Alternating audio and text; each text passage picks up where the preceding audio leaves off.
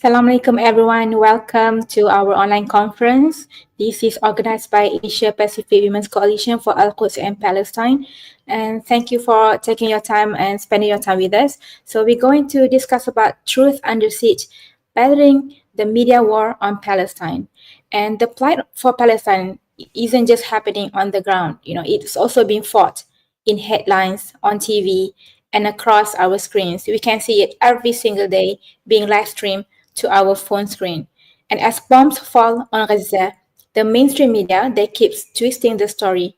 They downplay the war crimes, they erase Palestinian voices, and they distract us from the real causes of this injustice. So we wanted to bring what this media warfields has against the Palestinians, especially those in the ground, and it silences those who are telling the truth and punishes those who stand in solidarity and protect those in power. That's such a sad thing to happen. So before we go to our panelists, we also would like to thank and welcome everyone joining us from all over the world, pretty much, because we got from Malaysia, we got from Indonesia, we got from Thailand, Maldives, Singapore, Australia, India, Philippines, and Zimbabwe. Welcome, welcome, welcome, and thank you so much for joining us. Please share this around, share the link on your Facebook, on your Twitter, your Instagram, share it and get everyone else to come too. And we have our two powerful voices, Professor Dr. Walid Jumlat Abdullah and journalist from Gaza, from Palestine, Yumna El Sayed. They will help us to understand the reality on the media, how media shape the story of Palestine, and how we can push back with truth and solidarity. So before that, we can check if everyone is ready, inshallah. All right. Now, we are going to start first with Dr. Fauzia Hassan. If we can bring her to the front screen, technical team. Yeah, so Dr. Fauzia, she is a gynecologist and an activist. She's the chairperson of Asia Pacific Women's Coalition for Al-Quds and Palestine, and she has participated in a lot of humanitarian mission in Kosovo, in Indonesia, in Afghanistan, in Pakistan, and in Gaza itself. And since she has led lots of campaigns, she focused mainly on women and children in Palestine, and also in Syria, and also in Rohingya. So back in 2016, women's boat to Gaza, where she was kidnapped by Israel on international waters. Like you can hear this happening now on Medellin and on Hamdullah, but she has experienced that too back in 2016, and she was imprisoned in Gibbon prison by the Zionist regime. And she's leading the freedom, one of the leaders of the steering committee of the Freedom Flotilla Coalition to Gaza. So we welcome Dr. Fauzia Hassan to talk about the background of APWCQP and the program, inshallah. Go ahead. Okay. Thank you, Farina. Auzubillah minasyaitanirrajim. Bismillahirrahmanirrahim. First and foremost, I thank Allah subhanahu wa ta'ala for making this online conference possible. And thank you to you again, my dear Farwina, to moderate this conference. To our esteemed panelists, Sister Yumna Al-Said, journalist from Al Jazeera, and Associate Prof. Dr. Walid Jumlat Abdullah, a political scientist and media researcher, to our hardworking committee members in Asia Pacific Women Coalition for Al-Quds and Palestine, to ensure this conference runs smoothly. And last but not least, to all our dear online viewers from 9 countries, again, we thank you. Assalamualaikum warahmatullahi wabarakatuh. Please allow me to take a few minutes to introduce Asia Pacific Women Coalition for Al-Quds and Palestine, or we said it APWCQP, quite a mouthful to say. APWCQP was formed in February 2020, just before COVID infection affected us. And at that time, with only 2 countries, Indonesia and Malaysia, with the liberation of Al-Quds and Palestine as our vision. We actually hope to engage and empower women in this region to work together in coordinated efforts, working towards our vision that is liberation of Al-Quds and Palestine. For the first 4-year term, APWCQP was led by Dr. Ibu Nurjannah from Indonesia, then recently to me from Malaysia. So for the next 4 years, inshallah, we will hopefully lead this team of Asia Pacific, and these are our organizational chart with all the pictures of those who are involved in the committees, different committees, treasurer, media, PR, public relation, youth wing, and also the country representatives. For the next 4 years, inshallah, we are going to hold this fort. And alhamdulillah, for the past 4 years, we managed to do many activities and expand to include Thailand and Maldives. And we hope more countries in this region to join us, to be together in the struggle to liberate Al-Quds and Palestine. APWCQP has an umbrella body based in Turkey. That is the Global Women Coalition for Al-Quds and Palestine, GWCQP. GWCQP was established in 2014. It is a global non-profit organization which is a network to bring together women associations, institutions, unions, public women figures to work and serve for the liberation of Al-Quds and Palestine. As for now, Global Women Coalition has 261 organizations and individuals from 52 countries. And part of APWCQP's work is to support the initiatives from the Global Women Coalition. Now, due to the dire, horrific genocide and starvation that is happening in Gaza right now, and as we know, 70% of those affected are women and children. So the Global Woman has organized a campaign called For You, with a duration from the 7th to the 14th of August 2025. And we have actually organized many activities, and one of them is to organize an online conference such as this one. So we chose the topic of Truth Under Siege, battling the media war on Palestine, because it seemed that the Zionists weaponized everything. They weaponized starvation. They also weaponized disinformation. The Hasbara is Israeli propaganda machine. It is an attempt to control, to shape, and to distort narrative in order to justify the controversial and criminal actions and policies. And the Zionists, we know, have spent millions of dollars to influence public opinion through media manipulations. And one of the Hasbara's function is to depict Israel as the victim. So with the ongoing live stream, unedited and raw images from Ground Zero depicting genocide, starvation, destruction, cruelty, and unimaginable injustice, no lie can withstand the truth, and no conscience can remain untouched. I will leave to the expert to expand this further, and I would like to end with this hadith from our Prophet sallallahu alaihi wasallam. Abu Hurairah reported, the Messenger of Allah said, truthfulness leads to righteousness, and righteousness leads to paradise. A man continues to be truthful until he is recorded with Allah as a truthful person.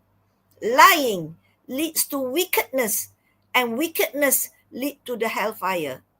A man continues to lie until he is recorded with Allah as a liar. Sahih Bukhari and Muslim. So I hope this conference will be of benefit to all of us.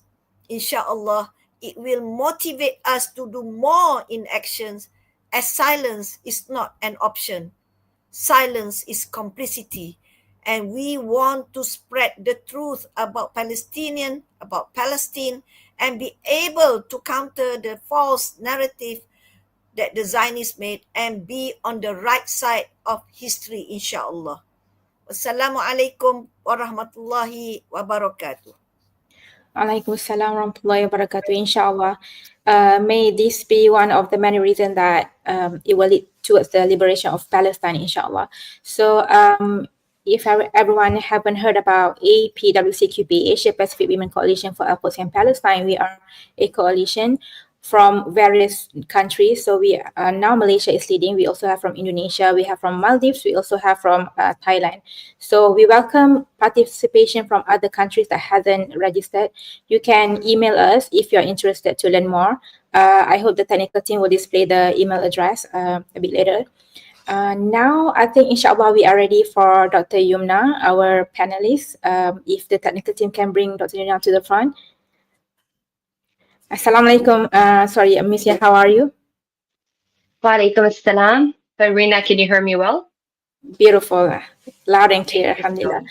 So I think Thank you. everyone has been waiting to hear from you, and I don't want to hold everyone any longer.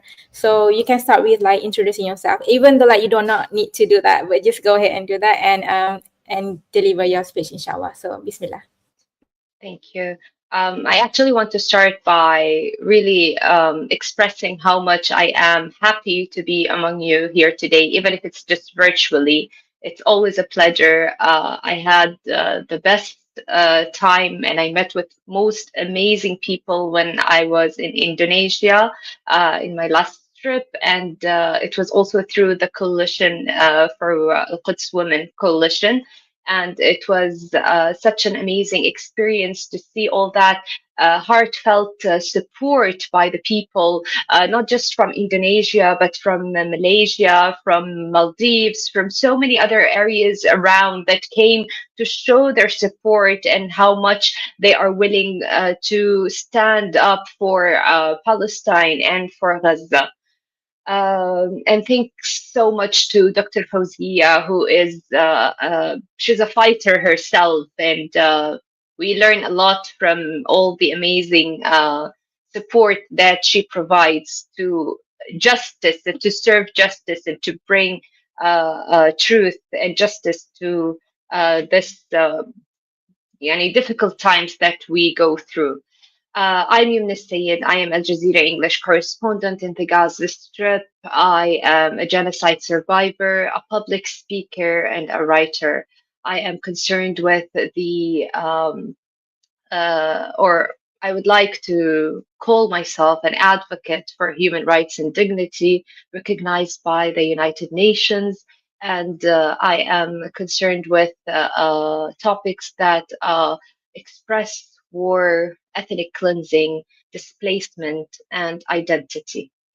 Today, of course, like the past year and a half since I was able to leave Gaza in January 2024, and since then, I have been touring the world to speak about the ongoing, most brutal genocide in modern history that we see unfolding before our eyes every day. Unfortunately, for 2 years now, this genocide hasn't become easier. As the days pass, it gets worse and worse. And sometimes I even ask myself and say, is there something that could be worse that could happen? Something more vicious that the Israeli occupation could practice on Palestinian innocent civilians to shock us more. And unfortunately, every single time there is. The ongoing bombardments for 2 years now, relentless bombardments, systematic practices of starvation imposed on the civilians, the forming of every and practice of every way that can torture and punish innocent civilians in Gaza has been practiced among the civilians. Now, the problem that or the ongoing genocide in Gaza makes you wonder how this world is still silent about it, that it is going on for 2 years now. And every single time, there's always worse and worse to be expected, worse that is happening into the civilians. For a month now, Israel has weaponized starvation. It has used food as a weapon to torture Palestinians. Every day now, over a dozen, that's 10 people minimum on average, are dying because of starvation. Every single person I speak to in Gaza is just concerned with getting some food or finding food for their children, for their elderly mothers and fathers, for their injured relatives, but nobody can find any. Israel dismantled completely UNRWA, a United Nations, and other United Nations organizations that worked firmly on the ground in Gaza for years and years in distribution of humanitarian aid and food parcels. That 70% of Gaza's population prior to this genocide already depended on because of the stifling Israeli siege on the Gaza Strip. With the dismantling of these international organizations and the formation of the so called Gaza Humanitarian Foundation, a decisive name for a death trap where dozens are killed every day. Imagine people caged in rows and queues to stand to get food, and then they are shot. They're either given food and being shot, or they are even being shot before being provided any kind of food. It's the true definition of Hunger Games on the ground. It is not a movie that we are watching, it's the true reality of what Israel is practicing on the Palestinians in Gaza. After many weeks of Israeli propaganda about Hamas members looting and stealing humanitarian aid as a justification for holding or dismantling other humanitarian organizations in Gaza, Prime Minister Benjamin Netanyahu himself admitted that Israel is sponsoring, supporting, financing, and weaponizing certain groups in Gaza to loot the humanitarian aid so that and to show and reflect this image in media, and of course Western media, which has helped very much to adopt this Israeli narrative and to reflect it around the world. And so it was a justification for Netanyahu to go on with the formation of the so-called Gaza Humanitarian Foundation, a true death trap. And since it was formed, this is all I have called it, and I still continue to call it. It's a manipulation to the lives and minds and emotions of hungry Palestinians. And another way and another form that Israel has provided for itself to kill more and more Palestinians. Today, the entire world is watching people in Gaza, children especially, where 70% of the population in Gaza is women and children, are starving to death. They are not dying on their own, they are being starved systematically by Israel in Gaza until they are killed. In this situation where Israel would come out and argue that the New York Times actually put a picture of a child who was or already suffered of other diseases and said that he was a starving child. This itself can't be, I don't understand how the New York Times even apologized for that, because this just means that Israel has denied not just food and adequate nutrition to a sick child, but even medical treatment, even medication that is necessary to save a child who is sick and to provide him with adequate nutrition for him to survive. But yet, it's only the focusing on one side against all the other. Everything that can help and can adopt the Israeli narrative. And this is the real battle. This is the real battle because each and every journalist out there know the power of their voices. They realize the power of their pens, their words, how much they have the ability to inspire, to raise awareness, to inform the people around the world.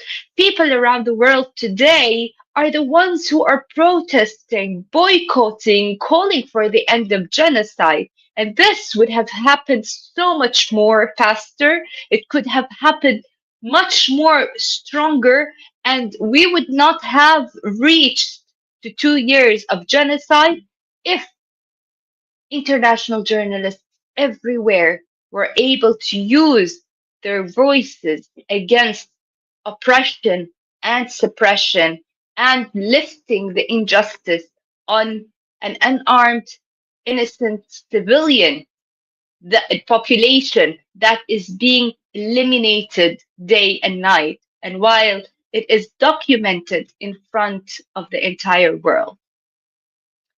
One last thing, the newly announced plan by Netanyahu to occupy the Gaza Strip or Gaza City, which after that, in time, would go to occupying the rest of the Gaza Strip.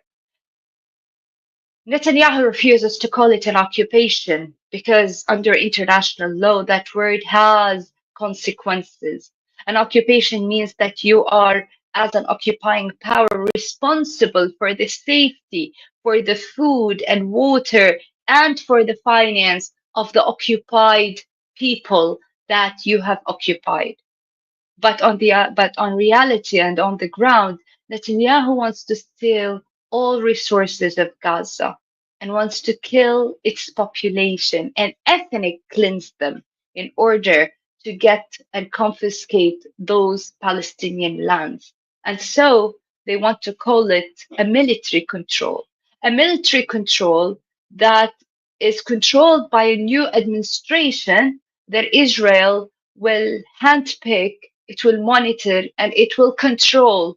Not a Palestinian body, of course, not Hamas, that the governing power in Gaza, and of course, not even the legitimate Palestinian Authority, which is the legitimate governing body for the entire Palestinian state. Today, we hear leaders of the world saying that they recognize Palestine, and I wonder what is left of Palestine. Do they recognize the Palestinian state on the borders of the 1948, where already Israel owned 53% of the lands? Or do they just recognize a Palestine where today Israel has confiscated 85% of the occupied West Bank's lands? Which Palestine is being recognized, where Israel has full military control already on the Gaza Strip, which has been under Israeli siege for the past 18 years. The battle is fierce, it's powerful, and it's strong. And the injustice keeps unfolding day and night. But I believe that as long as we keep fighting and we keep battling, at the end, all this injustice will fade away because I always believe in the power of the people.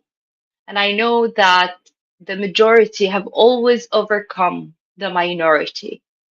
And those who believe in justice and those who are fighting for humanity are so much more than those who are suppressing it, destroying it, and taking the lives of the people and destroying them away. So it's very important that we keep going, we keep fighting. One day, this genocide must come to an end. One day, this genocide will be over. But that's when Gaza and Palestine will need a lot of support and a lot of help because we're talking about over 92% of total destruction in the Gaza Strip. We're talking about tens of thousands of children who are sole survivors with no parents or families to care for anymore. We're talking about over hundreds of thousands of people, children, men, women, elderlies who are injured and have no proper medical care to, to make them feel better or to make them or to get the required treatment for their injuries. And this is the real battle that will begin after this genocide ends. Thank you so much. Thank you so much, Yumna. That is so powerful. And I think most importantly, everyone needs to realize that we have the bigger number than the so-called world leaders. Like, there's just a few of them. So if we still allow ourselves to believe that we do not have the power and the will to do something to stop this from continuing to happen, then like it's such a loss. So please, everyone, wake up and realize that we can do more. So like I'm sure everyone is like excited and wanted to ask Yumna so many questions. Just put them in on the comment section. During the Q&A segment, we will inshallah read that. Our technical team will bring that up. So now we are going to bring Dr. Walid Jumla Abdullah. Walid, are you ready? So Yes. yeah, so Walid is like he's so many things. So one of it, he's the author of this book. Um, it's so like usually all the Palestine related books, they are like so thick. So this one is it's like it's so easy for you to read, and it's like relatable for us Southeast Asian and especially from Malaysia. It's like it's pretty good.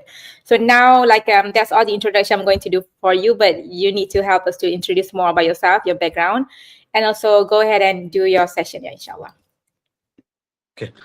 Assalamualaikum, everyone. I must say it is a really tough act to follow after Yumna has gone.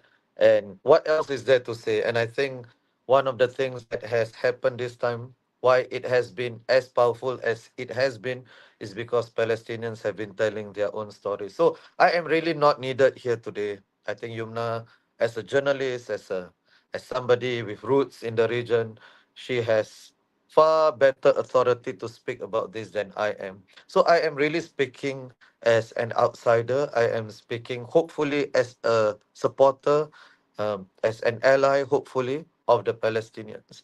And I am an associate professor in politics in Singapore, in Nanyang Technological University. And that is important, I think, my positionality and the fact that I'm from Singapore, which has his own history, which I will speak about later on. And my connection with Palestine is really a familial one, a familiar one in the sense that not that I have relatives there, but in the sense that this was something that my family has always brought us up with. My uncle named me. He named my brother Yasser Arafat. So this is something that in my family, since we were young, we were doing this. So since we were young, I haven't had McDonald's and Starbucks since I was a teenager. So it's been that long. It wasn't 2023. So that's my connection with it. Now for my part, my portion of the talk, I wanted to begin with some bad news first, and then hopefully end off with some better news. So the bad news, other than the obvious genocide, the worst moral crisis of our lifetimes, for sure. I think 20 years from now, we will look back at this particular episode just as how we look at the Holocaust now. That's how terrible this particular crisis is. So other than the deaths and the starvation that Yumna has so brilliantly, eloquently talked about, I wanted to talk about some other pieces of bad news. And the first one is, unfortunately, as Yumna already outlined, uh, the media is extremely biased still.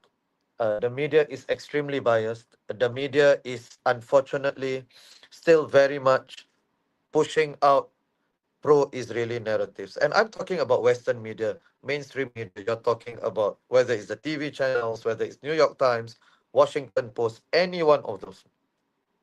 It is very much still against the Palestinians. Now, why is that important now? It is not as important as 20 years ago because mainstream media today isn't king anymore because of social media. But it's still important. New York Post and Washington Post are still the two, New York Times and Washington Post are still the two most read newspapers online or the physical copies throughout the world.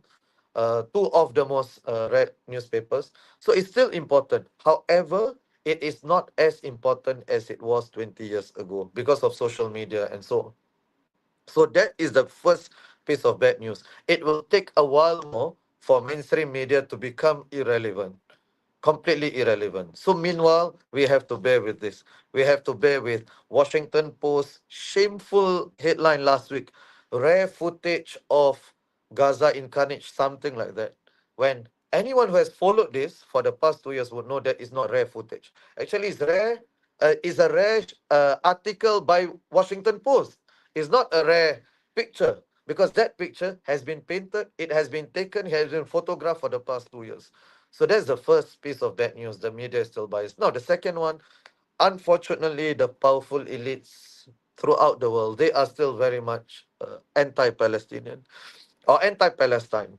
Even the ones who are, for some reason, their hands are tied or they are walking with both hands tied and their support for Palestine doesn't go beyond rhetoric. And that is the unfortunate reality of what we are facing today. So the media is against Palestinians. Powerful elites are still very much against Palestinians. And the third one, which I think is the underlying reason amongst all of this. Yes, there is APEC. Yes, there is the Zionist lobby in America, which is powerful. There is that. And of course, if you pump more money into politics, you're able to buy politicians. That's not just the Zionist lobby. A lot of lobbies do this in the States. That is one of the reasons why politicians' support for Israel is very strong, especially in America. But I argue that is not the main reason. I argue the main reason is still what? The great Palestinian American scholar Edward Said said, ultimately, this is a question of Orientalism, or to put it simply, this is racism and anti Muslim sentiments. I have no doubts that that is what motivates a lot of people. And I have said this before. I can sort of understand, even if I disagree, Jews who their loyalty, their utmost loyalty are to Israel. I can understand, even though I think they're making the wrong choice and they're making a wrong moral choice. At least it's understandable, even if it's not unacceptable. Even if it's unacceptable. I can also understand a conservative Christian who supports Israel wholeheartedly, even though I think it's wrong.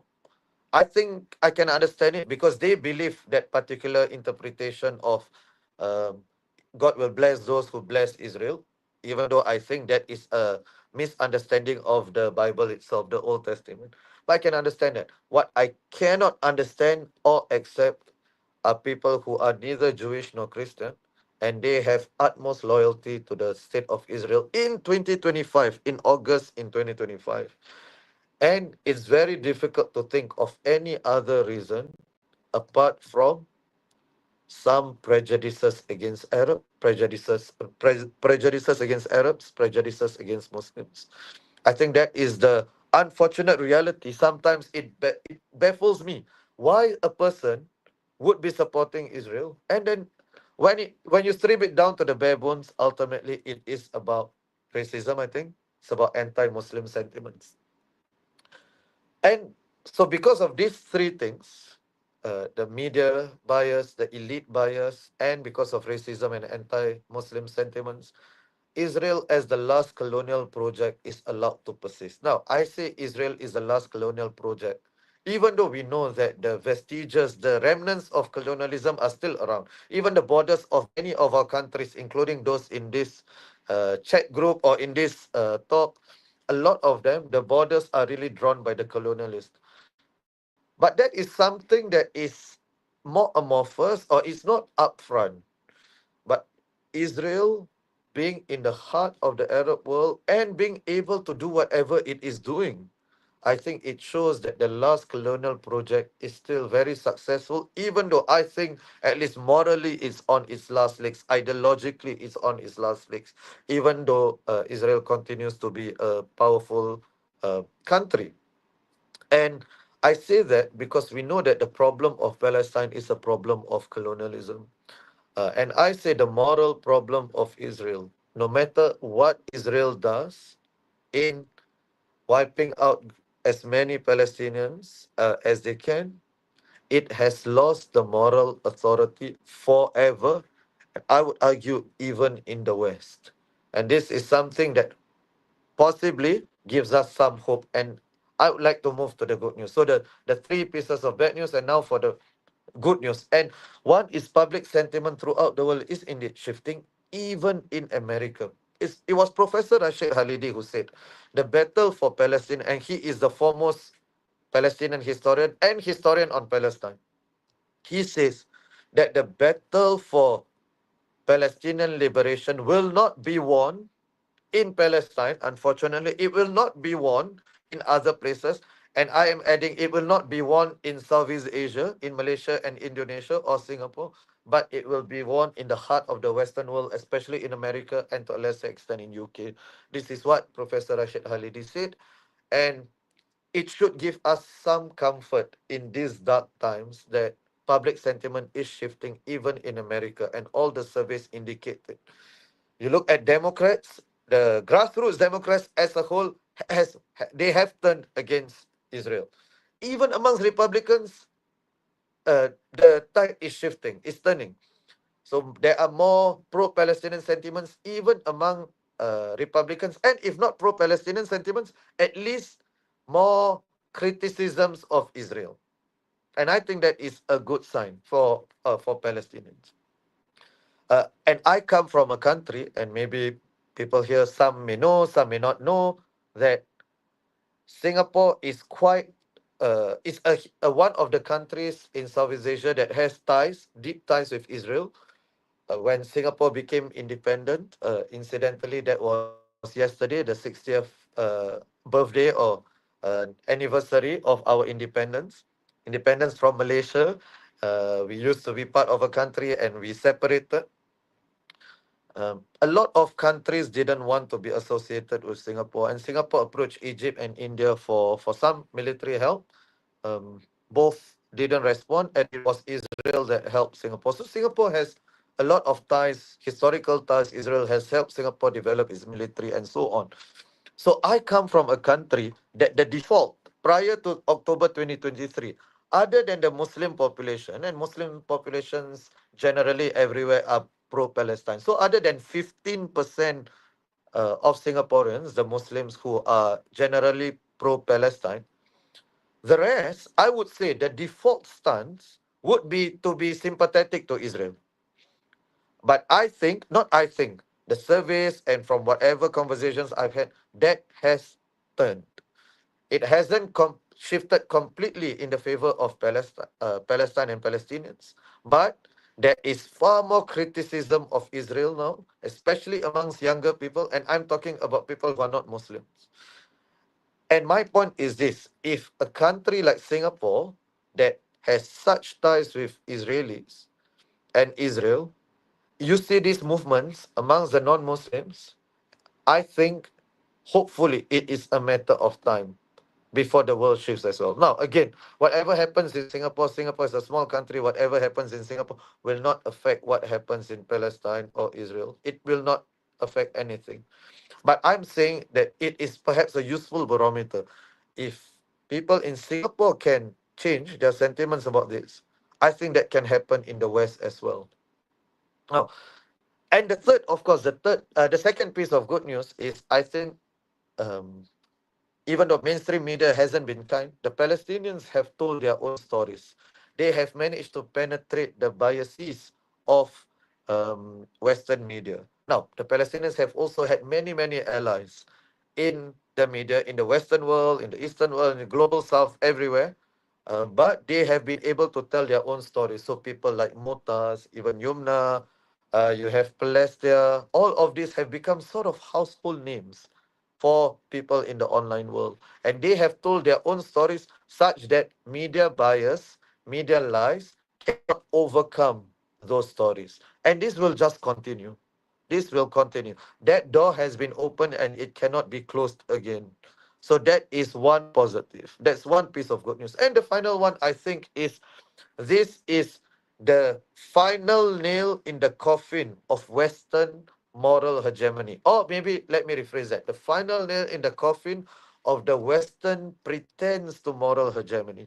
The Iraq war should have been the final nail already because they lied about it and they created a massive 2 decades of massive unrest and chaos in the Muslim and Arab world because of that illegal invasion. But this one, it is so blatant and so obvious that no one will take lectures on morality and democracy and justice from America or UK for the foreseeable future. Now, of course, I am using America and UK. It's not a monolith. There are many good people in UK and US who are supporting Palestine. I am talking about them as a state, as states. So the death of Western pretenses to moral hegemony, I think. Now, and let me just conclude with this. I think I have just touched 15 minutes.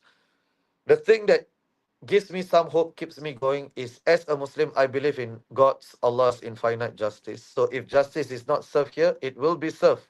It will be served in the hereafter. And I will not be judged for what I achieve. I will be judged for what I try to do.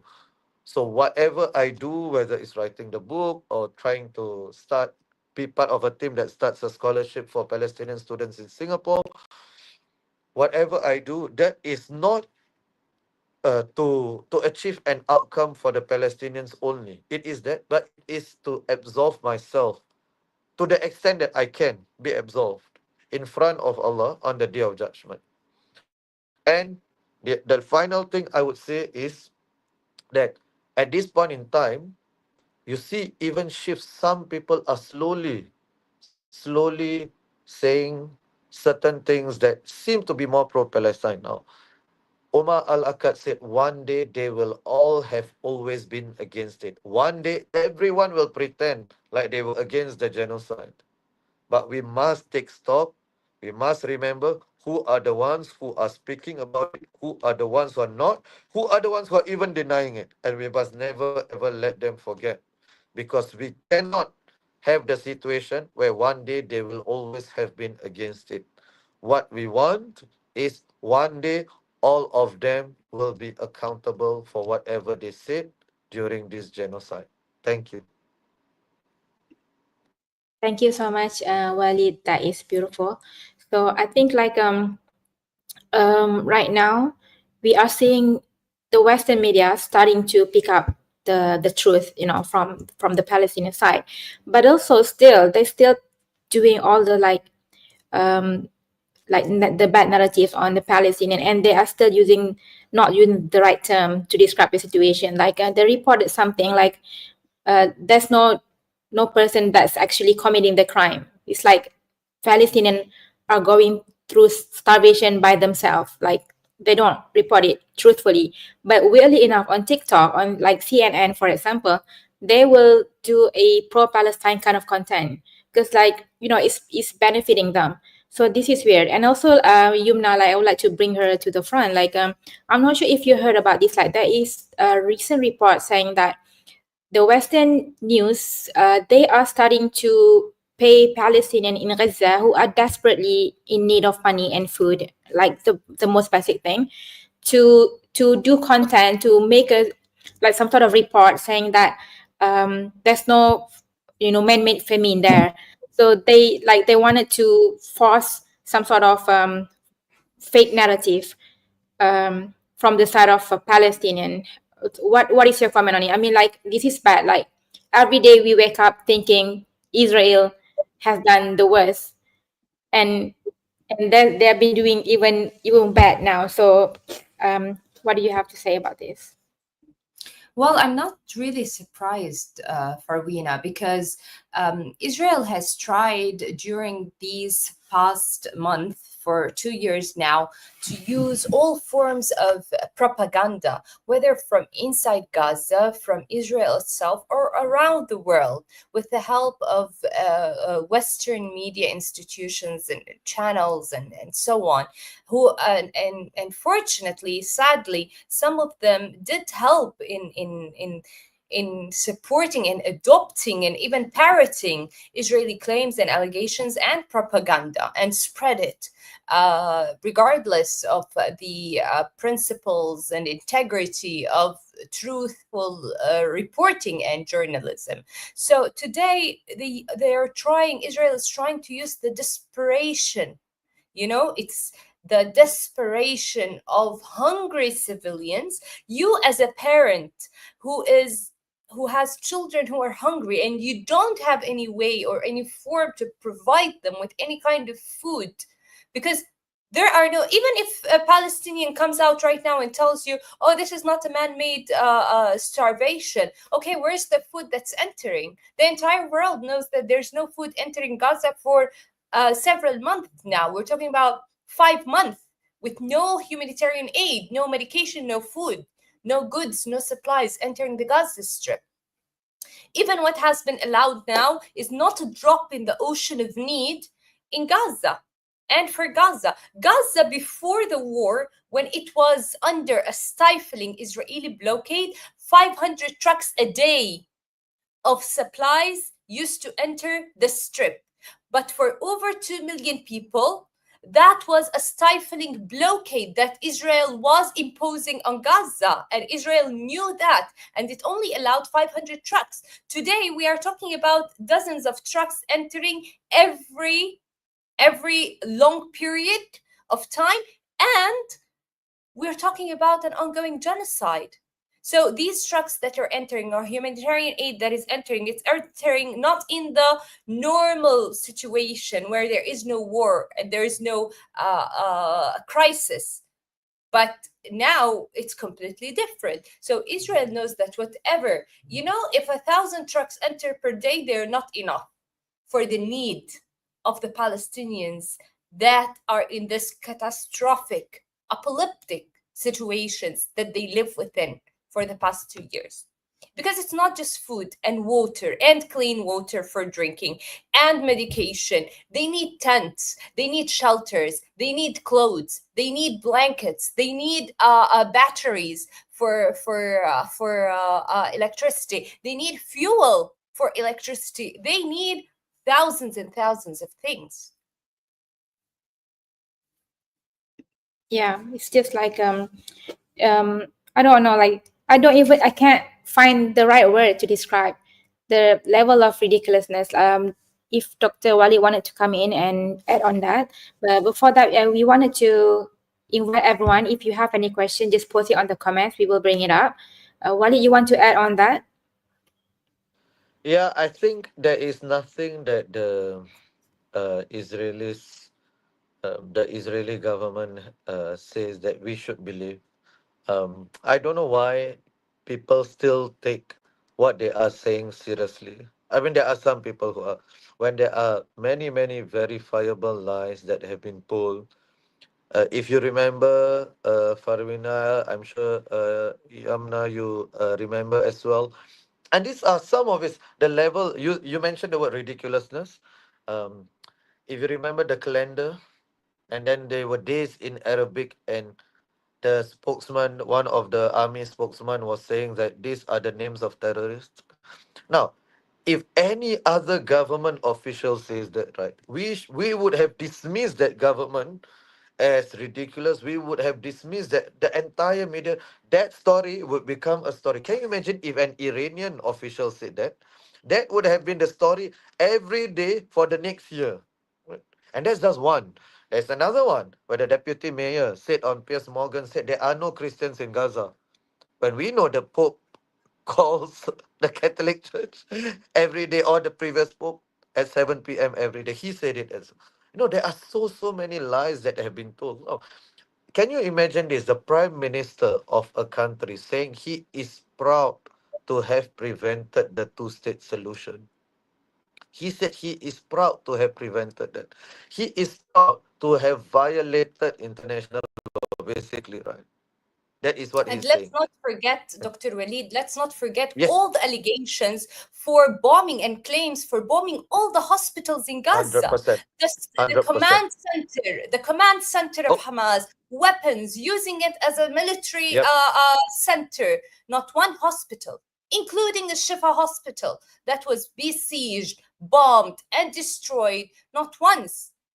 Even when the Israelis would withdraw, the Palestinians would start to make it refunction in the easiest ways possible, in the simplest ways possible, because of the amount of injuries. But not one hospital, their claims had there was any evidence or proof or anything.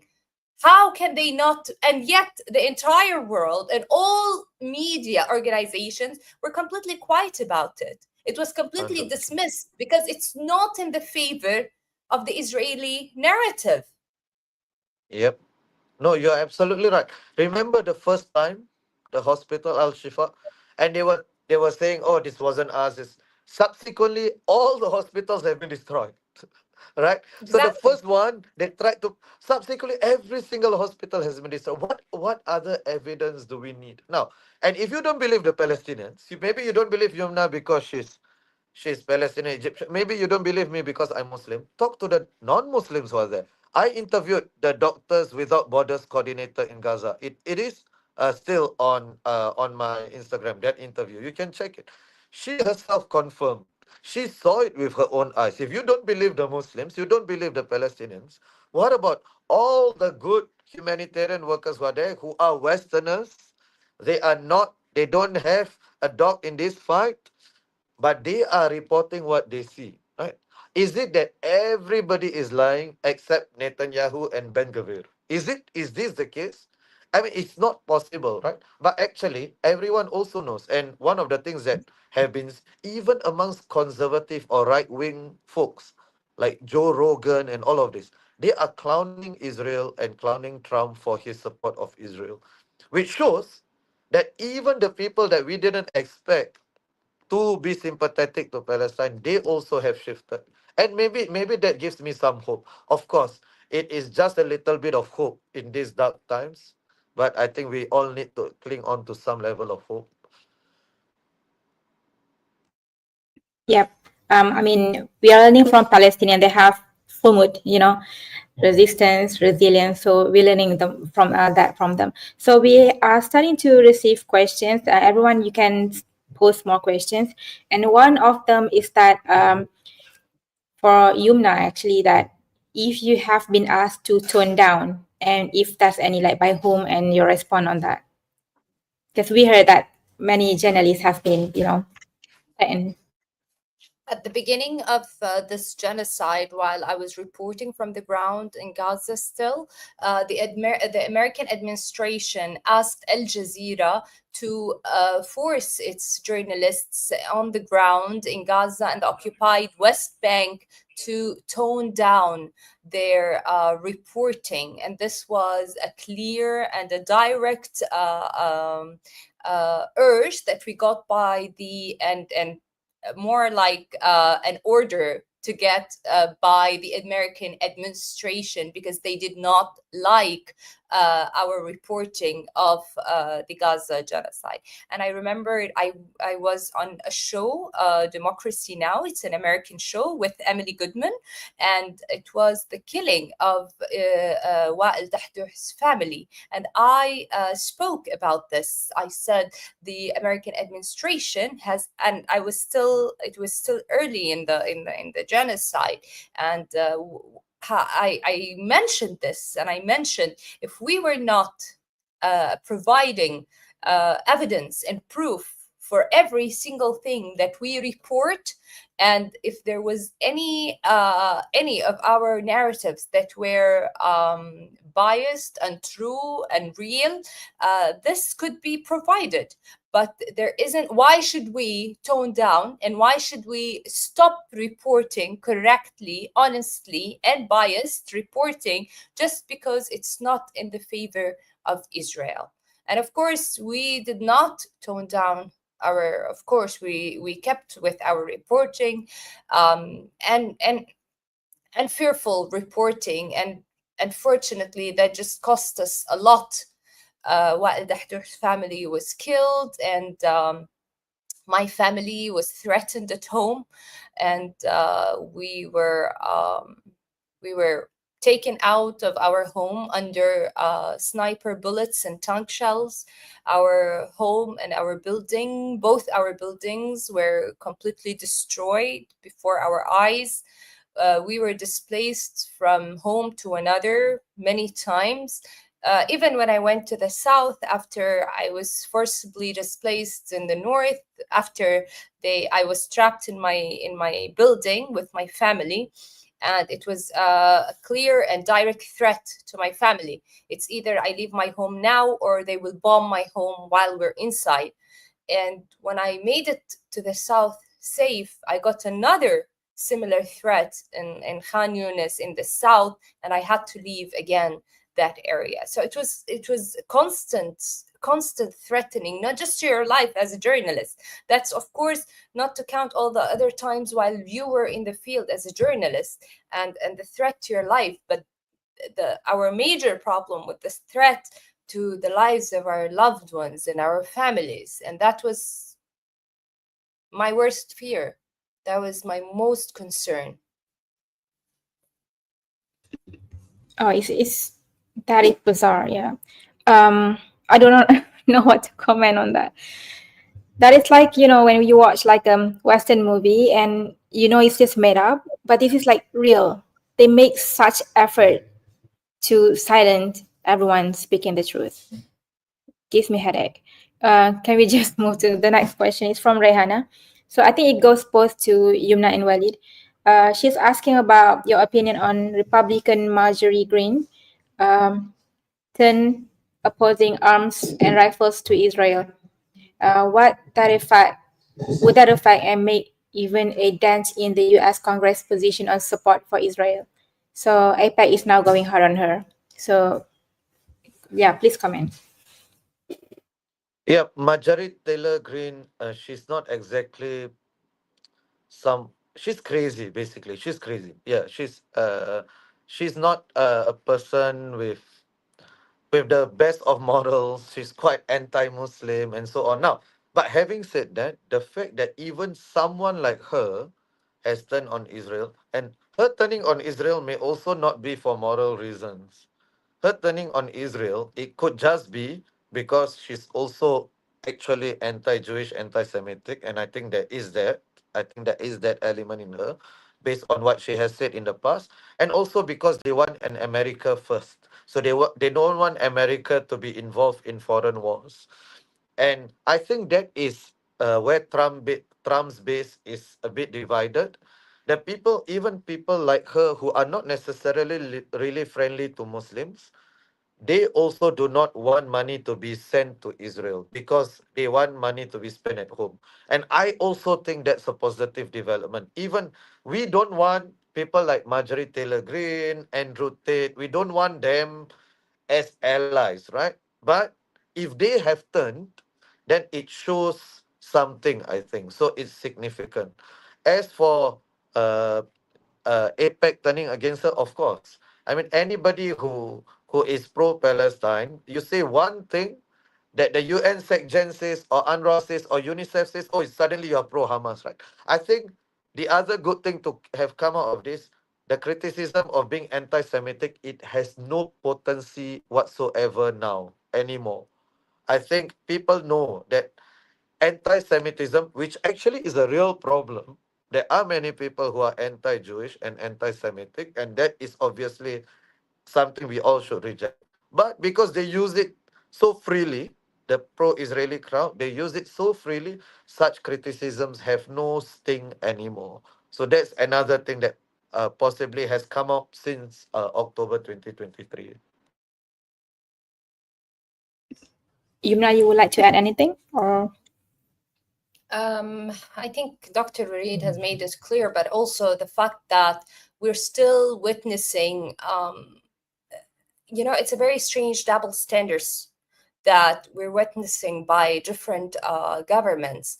Many of these same governments that are helping to weaponize Israel and its genocide against the Palestinians in Gaza are calling for a ceasefire or for a two-state solution, while they have done nothing on the ground to support a true and end of this genocide or a true ceasefire.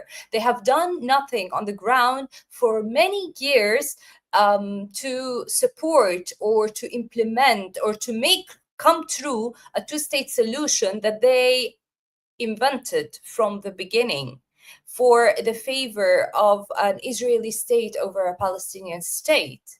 Today, these same governments that are some calling for the end of the ceasefire are still sending weapons and finance to Israel. So it's really strange, and it's not really the fact that it's just because it doesn't have any other meaning except for the hypocrisy and double standards that are very clear and out loud standing there to express the nature of the treatment and the racism against Palestinians today. Yeah, so basically, when they say they recognize Palestine, or they want, or whatever the genocides from stop continuing to happen, but also at the same time sending arms. So that's just PR work. They just wanted their people to say, hey, we care for the Palestinian, but also we care about money too. So yeah, that's that. And I think Yumna already touched about the next question from Rehana on the two-state solution. If Walid also wanted to touch on that. Yeah, thank you. I think this is one of the most controversial thing, even within the pro-Palestinian movement. Um, uh, I I mean, Yumna knows this better than I do, and um, there are many people who think that there shouldn't be a two-state solution. It should be one democratic state where Israelis and Palestinians live side by side. I think that's a possible solution as well. And I think a one state solution is the more just solution, is the fairer solution. However, I don't see it as politically feasible at this point in time, which is why I have also written in support of the two-state solution. But yes, two-state solution. How does it work when one of the partners is not interested in that two-state solution and has said it? We don't even need to um, infer because it has been explicit, right? So how does that uh, work right now, right? To even talk about statehood, right? We are so far away from that. We are so far away from that. Honestly, what needs to happen is the tap needs to be turned off in terms of military support. And if that is done, then Israel would come to the negotiation table. But right now, that hasn't been the case. So I think the two-state solution is the more politically feasible one, even though it's becoming less and less feasible by the day.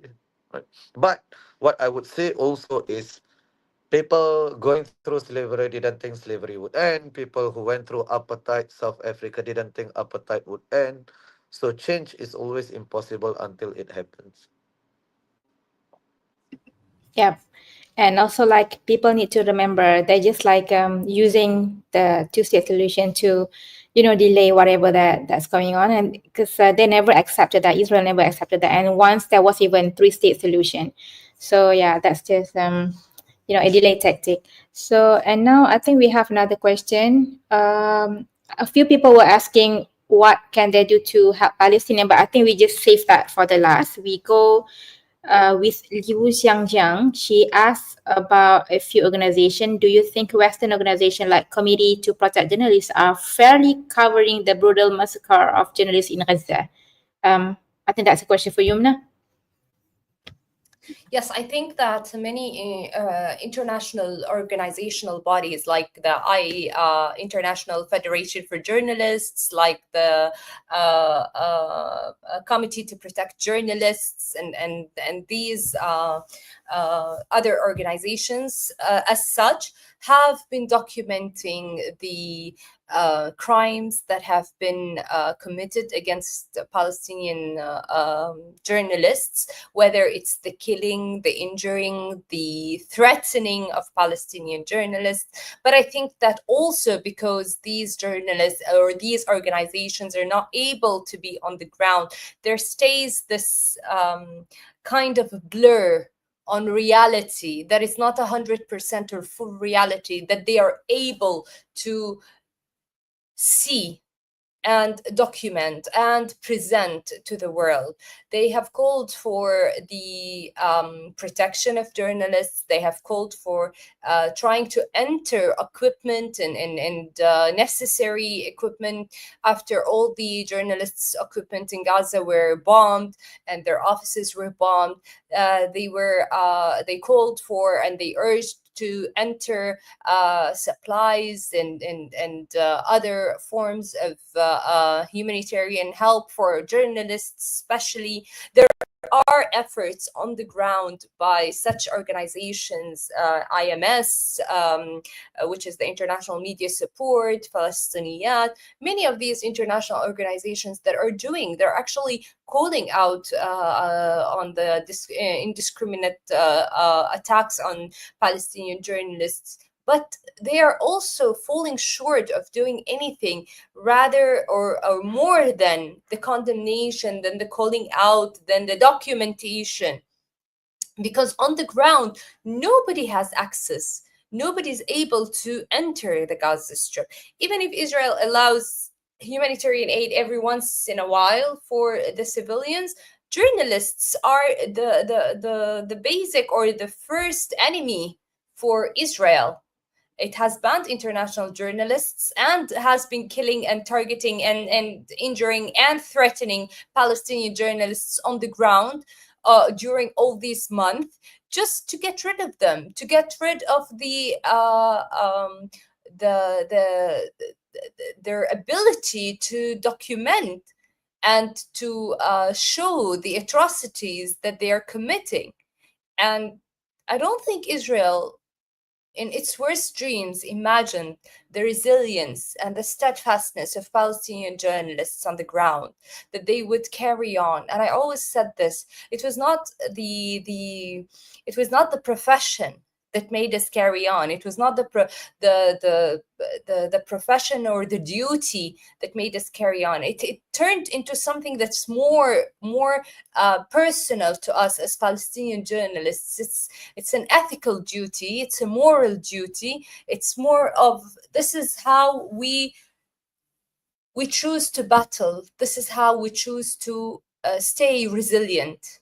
And the abandonment by the entire world that we lived and we felt and we tasted was very bitter, and it did not allow us to be able to abandon Gaza and its people like we were abandoned. Yeah, and I think like it's the same with the world leaders. They're always doing the condemnation and not actually using their power, to do something more. Maybe Dr. Walid would like to add on that. No, I have nothing to add other than to say that if it was any other population, I think this issue would have been settled long ago. I think there wouldn't have been Palestinians, but they would have given up long ago. So just to emphasize the resilience of the Palestinians without hyper moralizing them as well, because I think we also do not need to say that the Palestinians deserve a state, because they are the most hospitable people in the world, because they are the most resilient people in the world. That's besides the point. That all of those could be true, but that's besides the point. The Palestinians deserve a homeland of their own because the right to self-determination is enshrined in international law. Yeah, I think that's a very good point because like coming from us like majority Muslim, we always have this idea that Palestinians, because of the sumugness and the resilience or the resistance, it's okay for them to continue to bleed because they're going to be shaheed, and it's like it's okay, they get to go to Jannah. So we forget our role also to stop this from continuing to happen. So we always do that. So it's a bad thing. And also, like, we have another question from Wild Rose. She says about heartbreaking to see countries like Egypt signing new businesses with contract with Israel. So what do you guys think about these neighboring countries with Palestine that are willing to do business with Israel, while they know and see how Israel is treating Palestinians? Like, don't they think this could happen to them too? I mean, knowingly with all the, Greater Israel plan thingy. So both of you, please, maybe with you, Nafis. I think it just shows how much personal interest is more important to world leaders and governments than humanity, than standards, than principles, than their own people, by the way, than their own population that is protesting against these actions and these doings.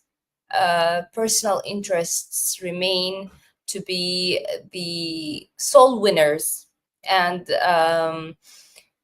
it just saddens me, but I've gone past that now, honestly, because the rage and the disappointment and the shock and the constant stuntness about double standards, principles, and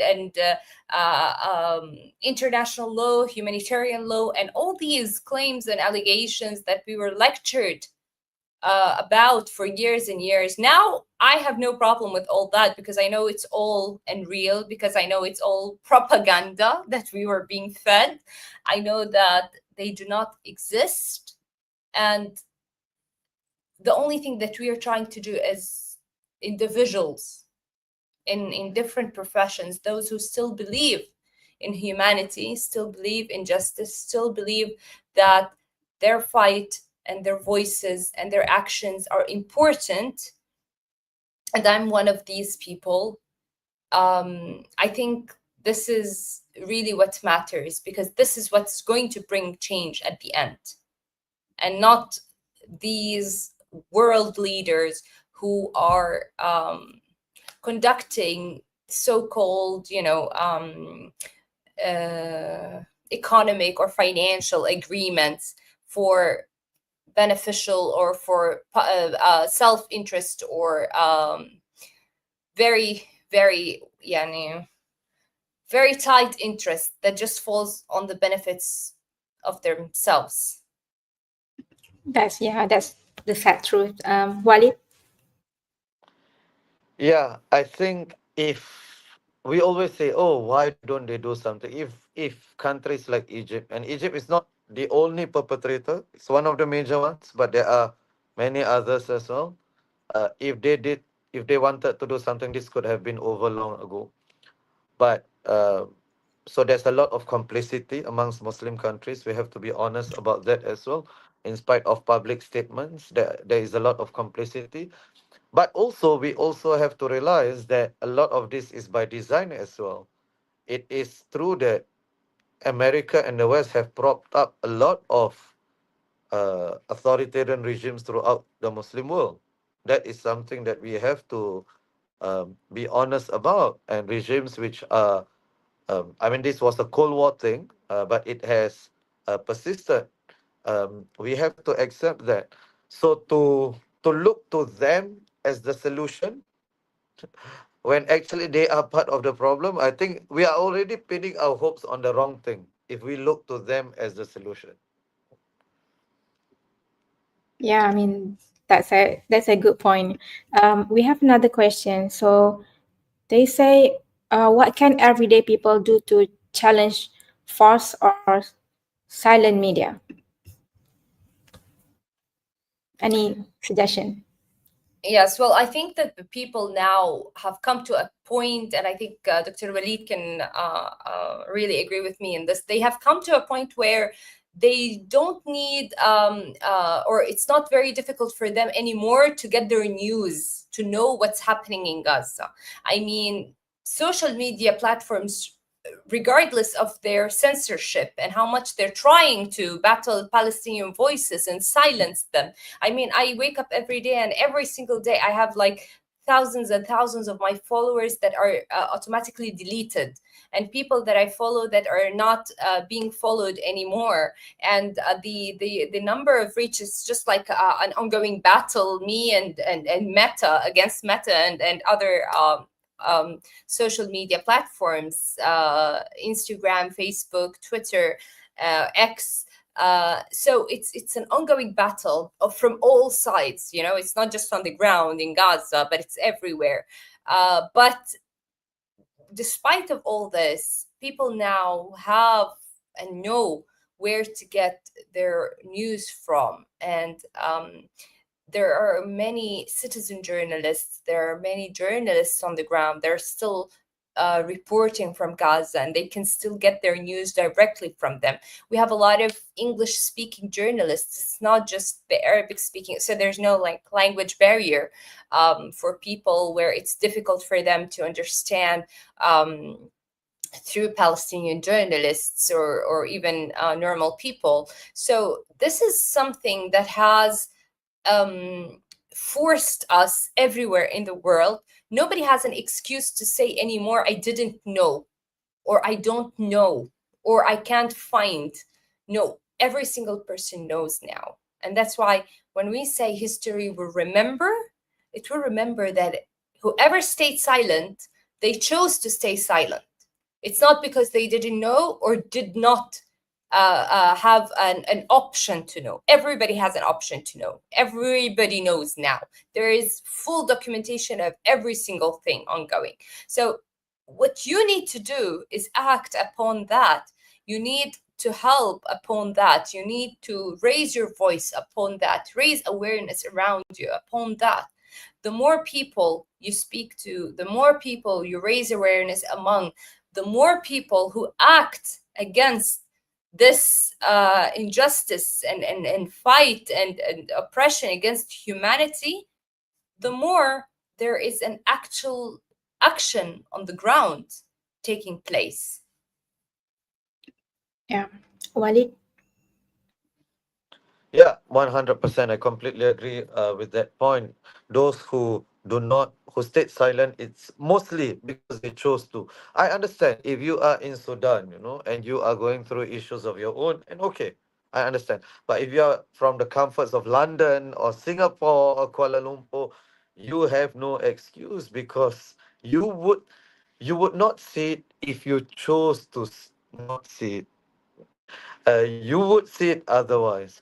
So the good thing is about the changing media scene is everybody can do something about it. The question was about what an average person can do. Now, whenever you see a post online about Palestine, of course you verify it, due diligence, but especially if it comes from a trusted influencer, people like Yumna and Palestia, share it, like it, save it, because the algorithm is against us. So whenever I post Palestine stories, the views are much, much, much fewer than when it's on football, other things that I post. And we all know that. So we all don't let it scroll through, right? Especially if it comes from Palestinian journalists or Palestinians themselves. So we all have a duty to that. The other thing I like to do is every day I try to target this. When I wake up, I'll try to go into the New York Times or Washington Post or CNN, their comment section, and just to comment, just to show that there's more pro-Palestinian sentiments on the website itself. Because ultimately, even though these people, yes, they are maybe anti-Muslim or they're pro-Israel, whatever it is, but money talks as well. And the engagement, if they see that where the audience is, they may be tempted to move there. And they have. Even Washington Post and New York Times, they have shifted very, very slowly. Now, we shouldn't them get away with it. We shouldn't give them credit for it. But what it shows is that public pressure has worked. Right. So they are slowly shifting because they want to be seen as being on the right side of history. So we can do those simple things, right? By sharing stuff, by supporting local Palestinian journalists, and also by putting pressure on Western media outlets. Yeah, we got a question about the aid to go into Gaza. So I will just answer that on behalf of organization that do deliver aid. So make sure you donate to organization that has like office inside Gaza. But saying that it's not about the donation much, it's about pressuring Israel to allow those aid to go in. Because like even though they allow now, like because people go on the street and protest against the man-made famine, they only allow a few trucks. Like it's not enough, so we need to do more to force them to show them that we reject this and we want them to allow aid to go in. And that's just like the most basic thing we are doing now, because like we need to make sure Palestine is free, like the liberation. That's what we're doing. So I mean, like we have another question, one last question, I guess. It only makes okay. Like they asked about your favorite English speaking journalist who's currently in Gaza, both Yumna and Walid. Go. Our favorite English journalists? Yeah, that's currently in Gaza. Well, every journalist who's still able to stand fearlessly until now on the ground in Gaza is a favorite journalist. Each and every one of them. I mean, they're all risking their lives. They're all working under immense conditions and life-threatening situations. They are working in difficult, terrible humanitarian, like conditions, with very little food, with very little water, with very little amount of rest, with the constant worry and tiredness, and yet they're still standing. They're still there. They haven't given up. They're still reporting. I can't say anything except that I salute all of them, each and every one of them, for whatever reason, why they are still standing, why they are still reporting, why they have not left. The point is, each and every one of them is still risking their lives until this day to keep us informed. Walid, you wanna share Yeah, yours? so other than Yumna, my favorite journalist, other than her, of course, Good. I would say we also shouldn't, and absolutely agreed. Everyone who stays in Gaza, I know I wouldn't have that courage to be able to do that. I just wouldn't have that. I know that for a fact. So much respect to them. At the same time, I also think, and this is the thing about the Palestinian diaspora as well. Um, Even the journalists who have left, and they are telling their stories, I think they are serving a powerful function as well. So we cannot dismiss their roles as well. The Mutazas, the Palestinians, and so on. We cannot dismiss their, because they are serving a different role. I think that should be given. They should be given credit as well. The strength of the Palestinian diaspora is, 3 generations on, and then they still identify. Oh, I'm Palestinian. They say, oh, they've been there once or something, but they're still Palestinian for them, right? The strength of the Palestinian diaspora is actually, the more there are of this, the more their stories get told throughout the world. So we should also celebrate that, and we should allow for space. I've only known one Palestinian who's never really like acknowledged his Palestinian roots or never been proud of it, and that's DJ Khaled, right? Everybody else is very proud, and they always mention to people, oh yes, my grandmother is this. And I think that's the way I also definitely, that those who are in Gaza, we celebrate them, we show much respect to them. But the people who live also, as long as they are telling their stories, I think that is something worthy as well. Yeah, that's beautiful. So Yumna and Khalid, sorry, Walid, you just said DJ Khalid, so I just Khalid you. And everyone, we got a few minutes left. Yeah. got confused there. So we need you guys to give like summary or final message to everyone that watching right now, because we got like 9 countries, people from 9 countries watching, like a practical thing they can do for this cause, and also like, you know, how they need to improve themselves, so that they can do more for Palestine, inshallah. So we start with Yumna and then Walid can go. Yeah. Sorry. Can I go first? I think it's better for Yumna to have Please. the last word. Yeah.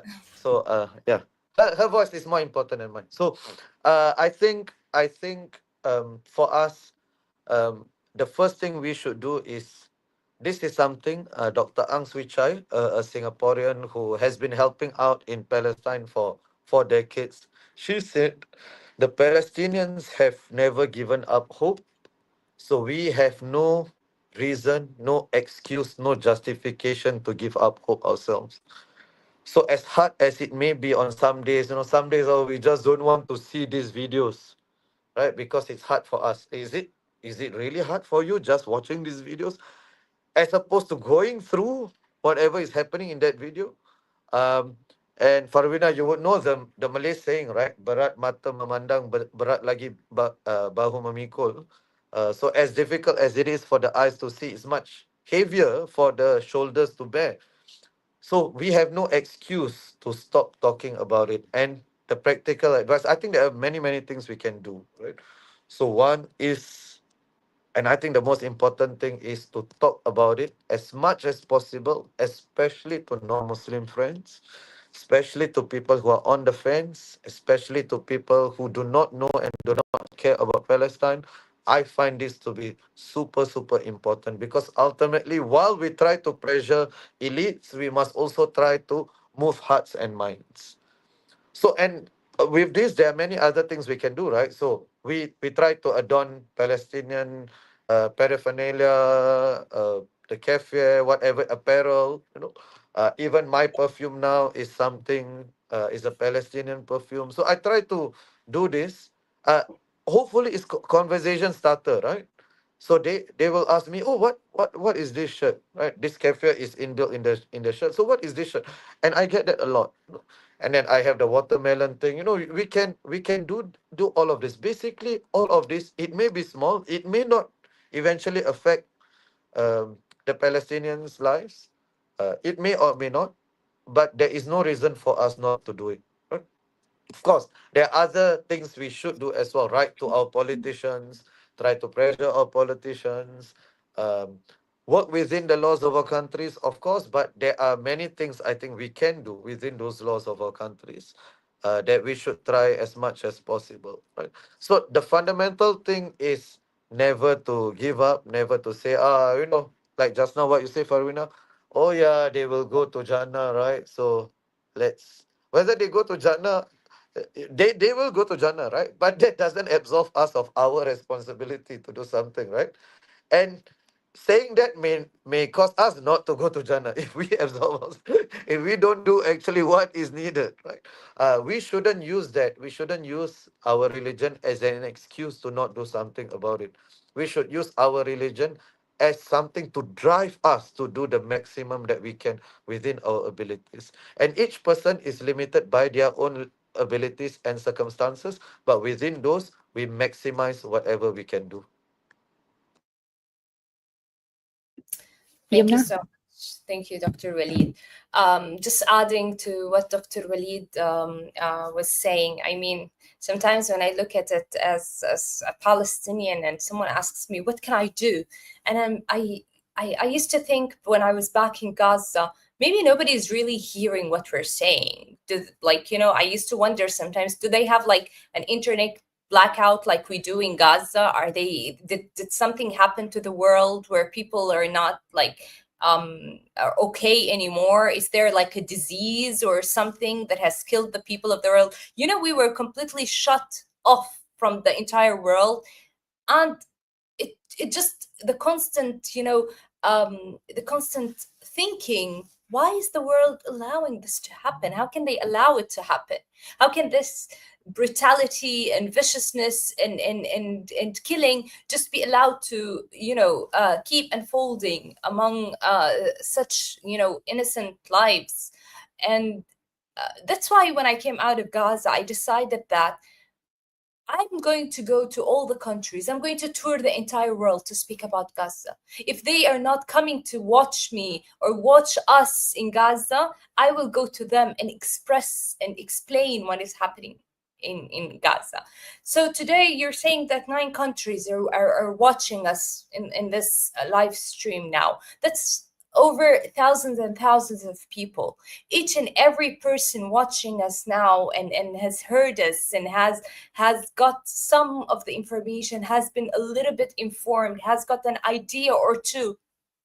Please take that and speak to others about it.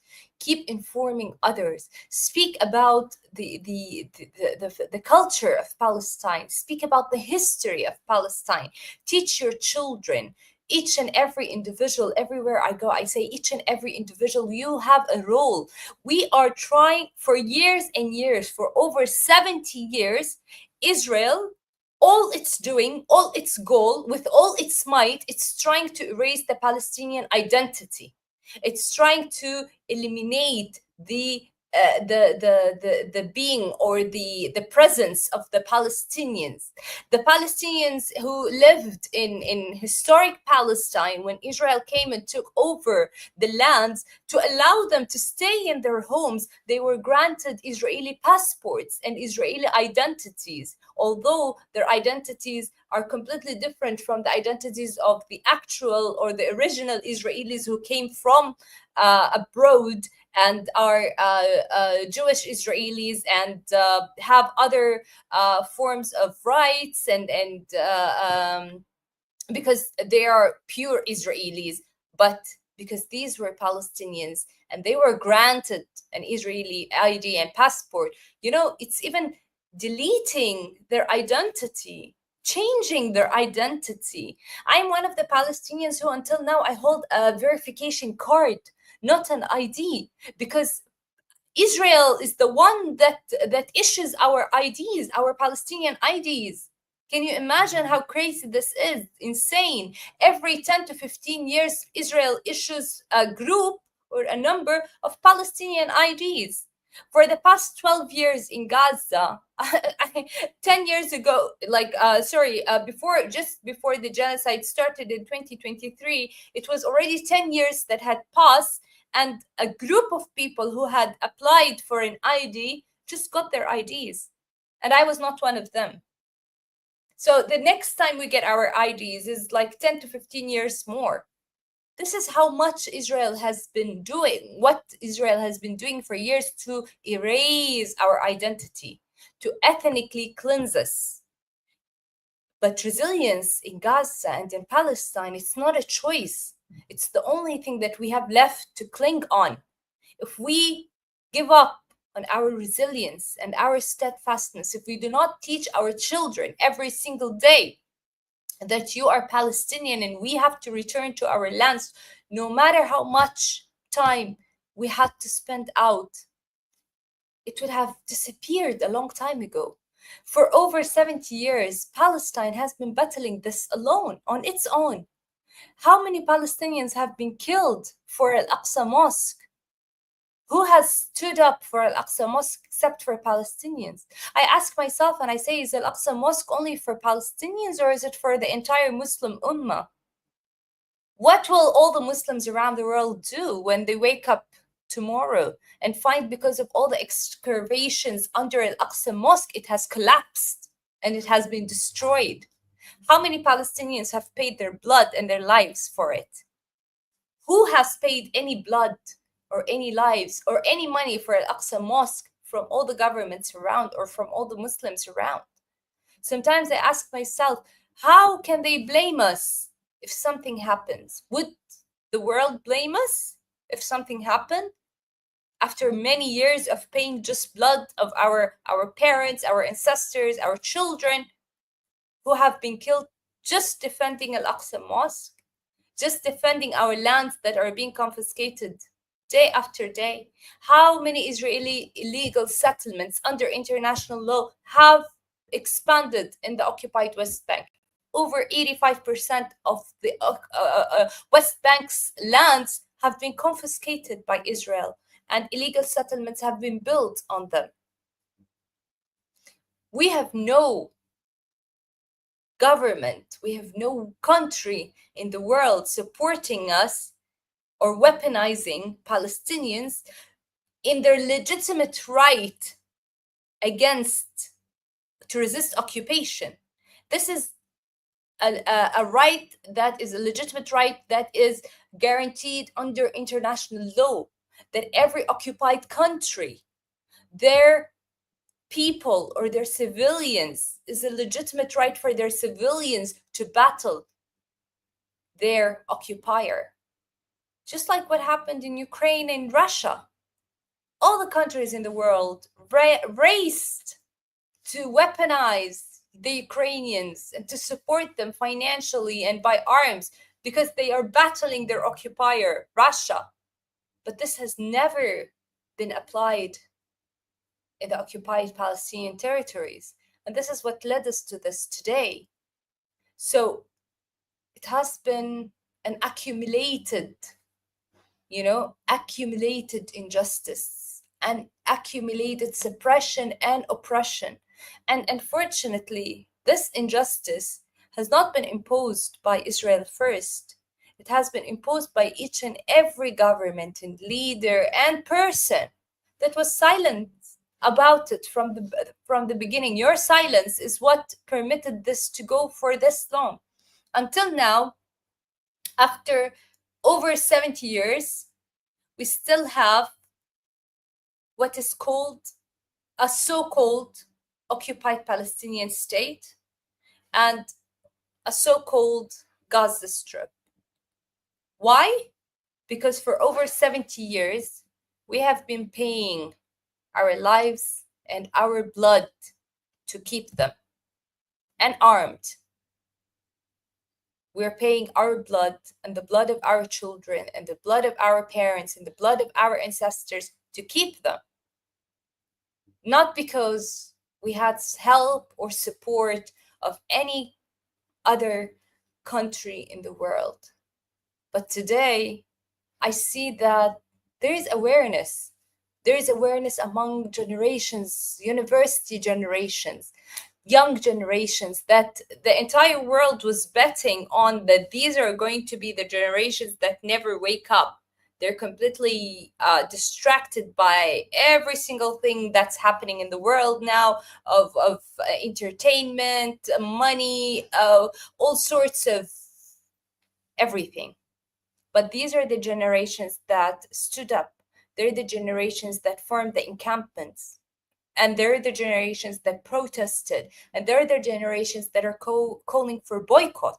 And by the way, boycott is very, very important, because these strong colonizing countries and regimes, the most thing that hurts them and affects them is the financial being.